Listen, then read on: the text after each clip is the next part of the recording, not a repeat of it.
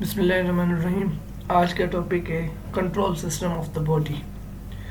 Control system क्या होता है? कंट्रोल सिस्टम जो होता है थाउजेंड होते हैं बॉडी में।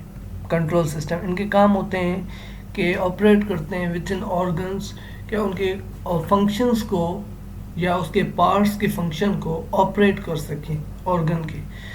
अब जैसे कि हम एग्जांपल पढ़ते हैं कि रेगुलेशन ऑफ कंट्रोल मैकेनिज्म्स की, regulation of oxygen and carbon dioxide concentration in the extra cellular fluid, because because oxygen is one of the major substance required for the chemical reaction in the cells body specific control mechanism to maintain an almost exact and constant oxygen concentration in the extracellular fluid। हमें extra cellular fluid में जो होती है oxygen की concentration होती है उसको maintain करना होता है। अब इनमें मेन रोल जो प्ले करता है वो होता है हीमोग्लोबिन। इसमें हीमोग्लोबिन कैसे कि आरबीसीज में प्रेजेंट होता है एंड ऑक्सीजन के साथ कंबाइन होता है in the lungs and lungs से लेके आता है टू द स्पेसिस में या टिश्यू कैपिलरीज में।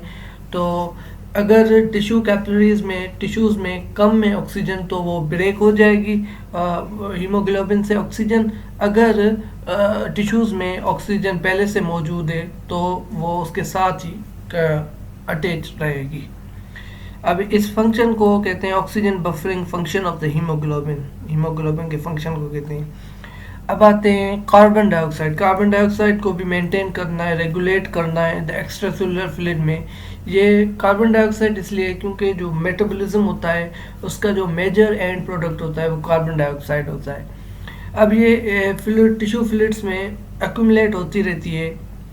अगर ज़्यादा एक्यूमुलेट हो जाए, अगर हम छोड़ दें एक्यूमुलेट करें हो जाए तो जो हमारी बॉडी के रिएक्शंस होंगे वो रुक जाएंगे। So ultimately diet higher than the normal carbon dioxide concentration in the blood excites the respiratory center। अगर ज़्यादा हो जाए एक्स्ट्रा सेलुलर फ्लूइड में कार्बन डाइऑक्साइड तो रेस्पिरेटरी सेंटर को एक्साइट कर देती है। रेस्पिरेटरी सेंटर एक्सपायरेशन बॉडी की कराएगा ज़्यादा तो कार्बन डाइऑक्साइड रिमूव होगी। नंबर 2 है कि regulation of arterial blood pressure ये काम होता है बेरोरिसेप्टर सिस्टम का।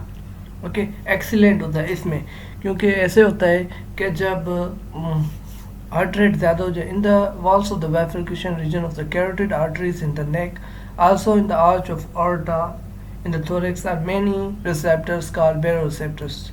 ये वहाँ प्रेजेंट होते हैं arteries, carotid arteries of neck and the aorta of the thorax में। अब जब आर्टेरियल प्रेशर राइज होता है तो बेरोरिसेप्टर सेंड करते हैं nerve impulses to the medulla of the brain, जो अब इनहिबिट करता है वेजोमोटर सेंटर को। मोटर सेंटर जब इनहिबिट होता है तो ये इम्पल्सेस जो होती हैं ट्रांसमिटेड होती हैं वेजोमोटर सेंटर से, वो नहीं ट्रांसमिट होती सिंपैथेटिक नर्वस सिस्टम को। तो हार्ट की जो रेट होती है एंड वो डिमिनिश हो जाती है एंड ब्लड वेसल्स भी डिक्रीज हो जाती है। ये सिंपल है। अगर आप इसके ऑपोजिट ये कि अगर आर्टेरियल प्रेशर डिक्रीज हो जाए तो जो ये जो स्ट्रेच है रिलैक्स हो जाएगी बेरोरिसेप्टर्स की, तो वेजोमोटर सेंटर मोर एक्टिव हो जाएगा जिसकी वजह से increase heart rate, increase pumping, vasoconstriction, blood pressure rise to the normal.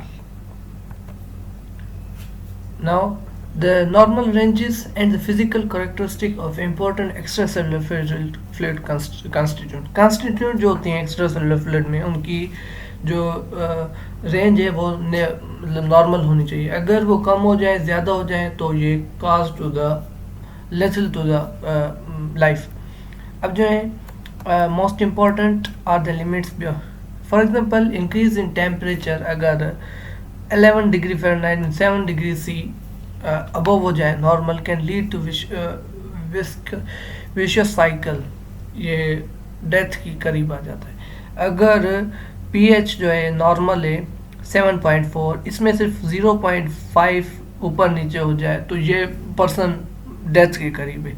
अगर पोटेशियम कंसंट्रेशन डिक्रीज हो जाए 1/3 द नॉर्मल तो ये पर्सन जो होता है पैरालाइज्ड हो जाता है, ऑलमोस्ट पैरालाइज्ड हो जाता है। अगर पोटेशियम कंसंट्रेशन इंक्रीज हो जाए 2 to more than 2 times, तो ये जो heart muscle are severely depressed, मतलब काम करना बंद कर देंगे। अगर and number 2, calcium ion concentration falls below 1/3 1/2 normal हो जाए, अगर 1/2 of the normal, the person likely to experience tetanic contraction. Okay,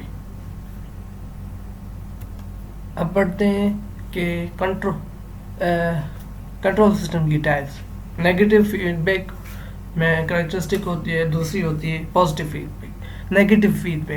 negative feedback ऐसे है कि अगर कोई भी चेंज आई है बॉडी में, वो उसके ऑपोजिट काम करेगा। उसको अगर वो इंक्रीज हो रही है तो उसको डिक्रीज करेगा, अगर डिक्रीज हो रही है तो वो इंक्रीज करेगा। In the regulation of carbon dioxide concentration, high concentrated carbon dioxide excessive fluid increase pulmonary ventilation. Pulmonary ventilation इसलिए इंक्रीज करती है कि ज़्यादा एक्सपायरेशन हो कार्बन डाइऑक्साइड की, इसलिए this in turn decrease the extracellular carbon dioxide concentration.